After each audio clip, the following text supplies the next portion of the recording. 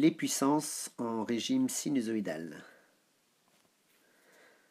Donc ici, nous vous proposons deux types de conventions, la convention récepteur et la convention générateur. La différence entre ces deux conventions est tout simplement que pour la convention récepteur, la tension est dans un sens et le courant se trouve dans l'autre sens. Donc nous pouvons observer ici la différence. Alors que pour la convention générateur, la tension et le courant sont dans le même sens. Donc si la puissance est positive alors que nous sommes en convention récepteur, eh bien le dipôle reçoit de la puissance, il fonctionne donc en récepteur. Maintenant, si la puissance est négative, nous sommes toujours en convention récepteur. La puissance étant négative, dans ce cas-là, on dira que le dipôle fonctionne en générateur.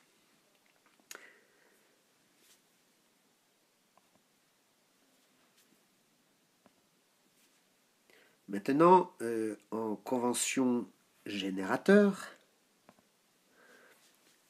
le dipôle, donc si la puissance est positive, le dipôle fournit de la puissance.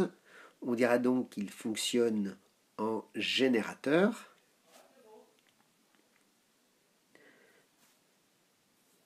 En générateur, voilà. Et si maintenant la puissance est négative alors que nous sommes en convention donc générateur, nous dirons que le dipôle fonctionne en récepteur.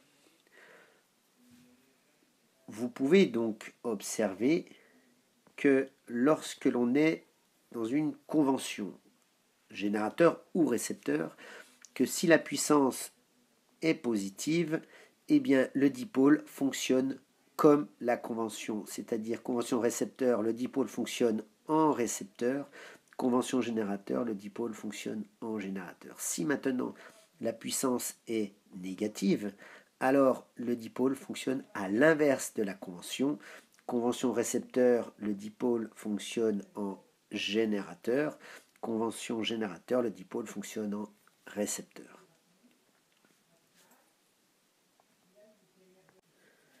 « 4.1.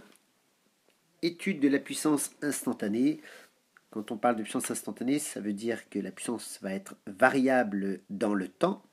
Nous avons donc le produit U, fonction du temps, U qui est un signal sinusoïdal, I qui est également le courant sinusoïdal. La puissance instantanée est donc U fois I. « 4.2. Puissance apparente. La puissance apparente est tout simplement le produit de l'intensité du courant U fois I. Et donc ce produit est appelé puissance apparente, donc de la tension fois le courant. Cette puissance est une puissance que l'on dira de dimensionnement. On l'utilise notamment pour dimensionner les transformateurs ainsi que les alternateurs. Donc l'unité, ce sont des voltampères. Lorsque vous allez acheter un transformateur chez un fournisseur, il vous demande de la puissance apparente, donc par exemple un 100 VA, 200 VA, ou kVA si ce sont de plus grosses puissances.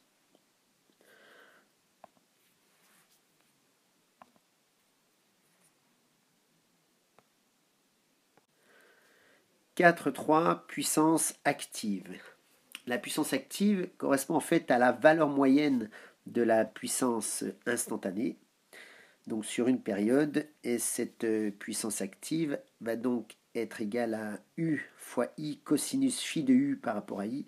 Nous rappelons que phi de U par rapport à I est le déphasage de la tension par rapport au courant. La puissance est exprimée en watts, la tension en volts et l'intensité du courant en ampères. Il y a une petite erreur à ce niveau-là, ce sont des ampères, évidemment. Donc, ensuite, petite remarque, la puissance consommée que l'on va consommer, on va plutôt parler d'énergie consommée, est le produit de la puissance fois le temps. La puissance, elle, nous pourrions dire qu'elle correspond à une forme de capacité que pourrait transmettre le dipôle, la capacité à transmettre de l'énergie par seconde. Voilà, donc la puissance, c'est le produit de l'énergie, le produit de la puissance fois le temps. L'énergie est exprimée en joules, la puissance en watts et le temps en secondes. Attention de ne pas confondre l'unité watt écrit avec un grand W de la puissance avec l'écriture de l'énergie, grand W, qui est exprimée en joules.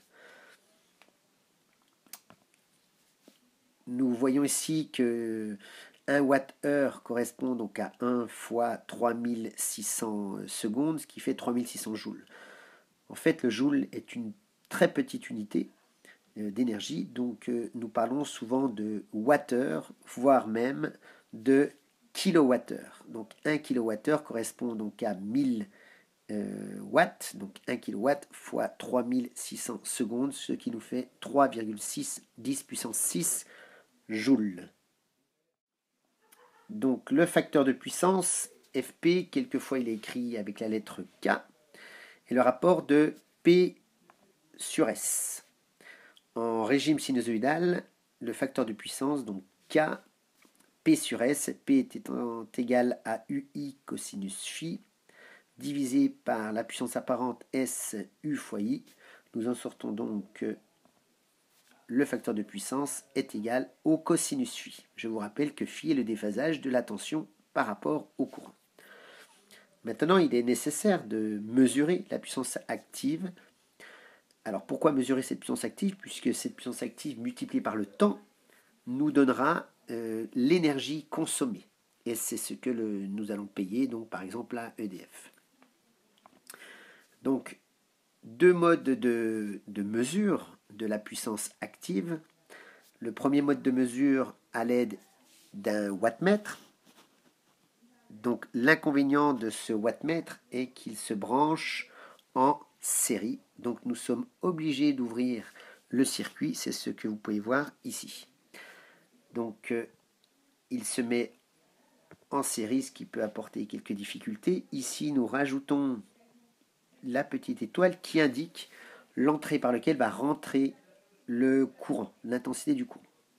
Voilà, donc le wattmètre est constitué en fait de deux parties, une partie intensité, donc qui se branche en série, et une partie tension, qui est ici, que j'entoure, ici, constituée de deux fils. Et cette partie, donc tension, permet de mesurer la tension. Et directement, la pince wattmétrique va réaliser le calcul UI cosinus phi. Ensuite, nous avons notre mode de mesure, plus moderne, nous pouvons dire, à l'aide d'une pince wattmétrique.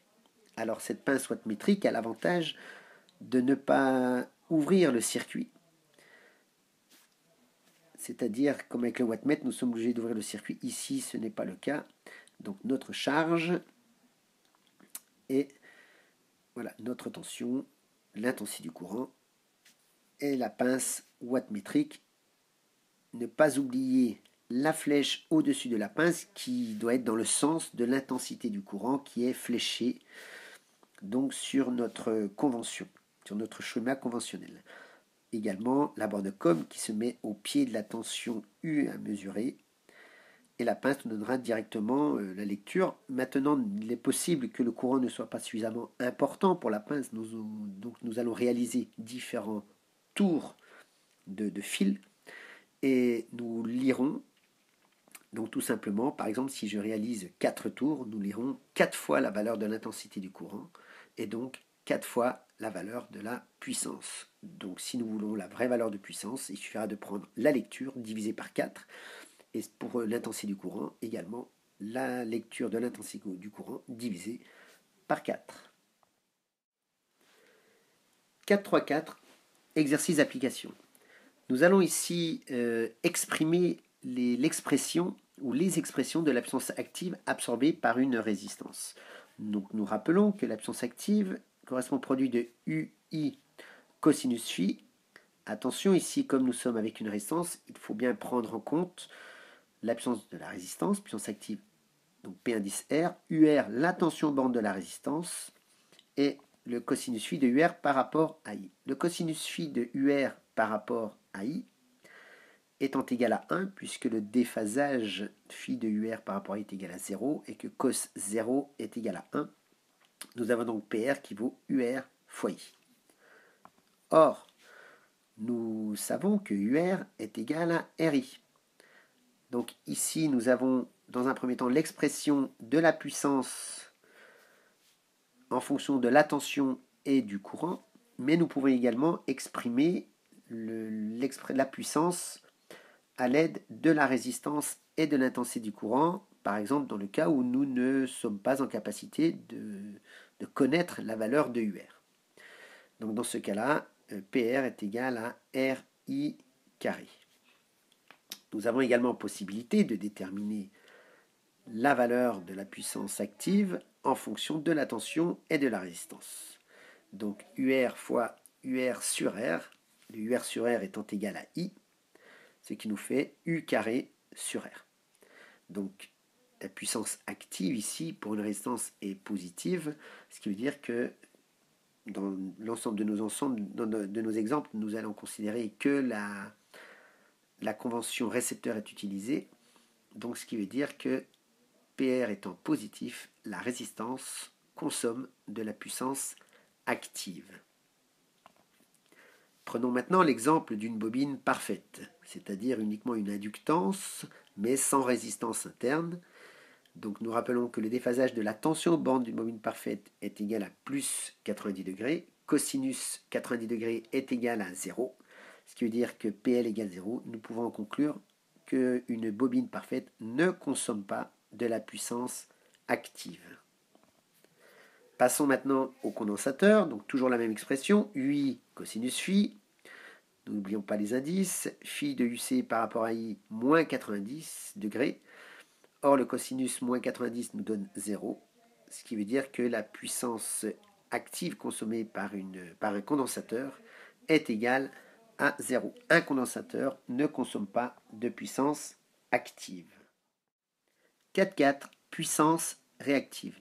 Il existe une troisième puissance que l'on pourrait dire liée à tout ce qui est magnétique. Donc cette puissance réactive que l'on trouve notamment au niveau des machines tournantes. Donc cette puissance, on la nomme Q. Elle est égale à UI sinus phi. Donc son unité, ce sont des VAR, volt-ampère réactif. U est écrit en volts, I en ampères. Cela ne change pas, évidemment. Voici quelques applications. Par exemple, pour une résistance. Donc, Q est égal à UI sinus phi. Nous rappelons que UR est la tension borne de la résistance. Le déphasage de UR par rapport à I est égal à 0 et que le sinus 0 est égal à 0. Donc, QR égale à 0 var. Nous pouvons donc en déduire qu'une résistance ne consomme pas de puissance réactive. Prenons maintenant comme exemple la bobine parfaite. Donc QL est égal à UL I sinus phi. Phi de UL par rapport à I est égal à plus 90 degrés. Dans ce cas-là, sinus plus 90 degrés est égal à 1. Nous trouvons donc que QL est égal à UL fois I. On peut donc en déduire qu'une bobine consomme de la puissance réactive. Alors, comme nous avons exprimé la puissance active en fonction de la tension, du courant, etc., et de la résistance, pour la résistance, ici nous pouvons faire de même avec une bobine. Donc UL est égal à L oméga I, valeur efficace de UL est égale à L oméga I, QL est donc égal à UL fois I, expression trouvée précédemment. Si nous remplaçons UL par L oméga I, nous trouvons que QL est égal à L oméga I carré. Si maintenant nous voulons exprimer QL, donc la puissance active consommée par la bobine, à l'aide de la tension, donc nous gardons UL est égal à UL sur L oméga. UL sur L oméga est égal à I. Dans ce cas-là, UL carré sur L oméga.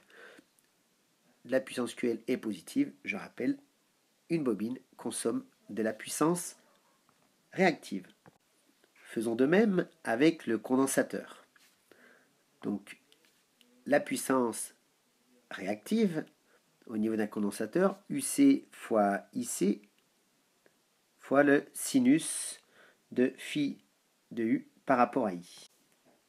Donc phi de UC par rapport à I est égal à moins 90 degrés. Or, sinus moins 90 va nous donner moins 1, ce qui veut dire que QC est égal à moins UC fois I. Nous pouvons exprimer également cette puissance en fonction soit de la tension, soit en fonction du courant. Donc, nous rappelons la valeur efficace de UC est égale à I sur C oméga. Si je remplace UC par I sur C oméga, ce qui me donne moins UC fois donc fois I, avec I qui vaut I sur C oméga, ce qui me donne moins I carré sur C oméga. Également, moins UC fois donc I qui vaut UC fois C oméga, ce qui me donne moins UC carré fois C oméga. Attention, le carré ne prend que UC et non pas le signe négatif, ce qui veut nous dire que QC est bien négatif. Donc, un condensateur fournit de la puissance réactive. Donc, nous rappelons, la résistance, elle, n'en consomme pas, n'en fournit pas. QR égale 0. La bobine QL va recevoir de la puissance réactive et le condensateur, lui, va en fournir. Théorème de Boucheroux. Triangle des puissances. Donc, ici, vous avez un petit principe mnémotechnique qui permet de, que l'on peut appeler principe mnémotechnique, qui nous permet de déterminer les relations entre la puissance apparente, la puissance active et la puissance réactive. Nous avons donc le triangle des puissances, où S est l'hypoténuse de ce triangle. Donc S carré est égal à P carré plus Q carré. Vous avez tous remarqué Pythagore. Donc S est égal à racine de P carré plus Q carré. Dans ce triangle des puissances, nous pouvons ressortir les formules trigonométriques. Par exemple, le cosinus phi. Je vous rappelle que phi est le déphasage donc, que vous retrouvez ici. Phi de U par rapport à I. Donc, dans ce cas, nous avons cosinus phi qui vaut P sur S, côté adjacent, sur hypoténuse. Nous pouvons également exprimer sinus phi, qui vaut donc côté opposé sur hypoténuse, c'est-à-dire Q sur S, puisque S est l'hypoténuse de notre triangle des puissances. Également une expression très utilisée qui est la tangente phi.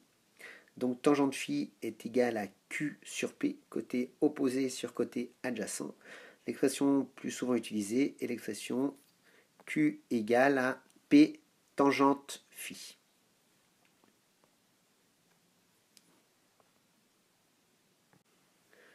Et enfin, théorème de Bouchereau.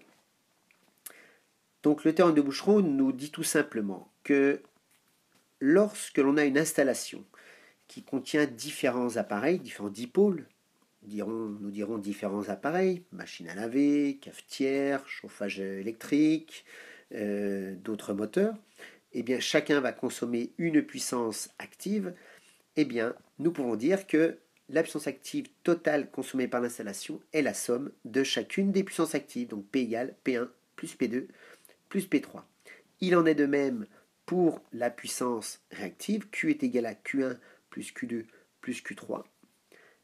Et ceci, quel que soit le type de couplage, on va dire, ou d'association, c'est-à-dire que les dipôles soient en série ou qu'ils soient en parallèle, eh bien, à chaque fois, nous ferons la somme des puissances actives de chaque élément pour trouver la puissance active de l'ensemble de l'installation.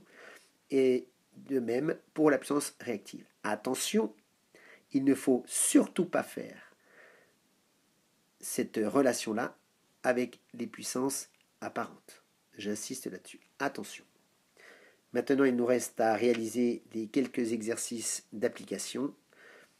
qui seront effectuées lors de la séance d'activité en classe.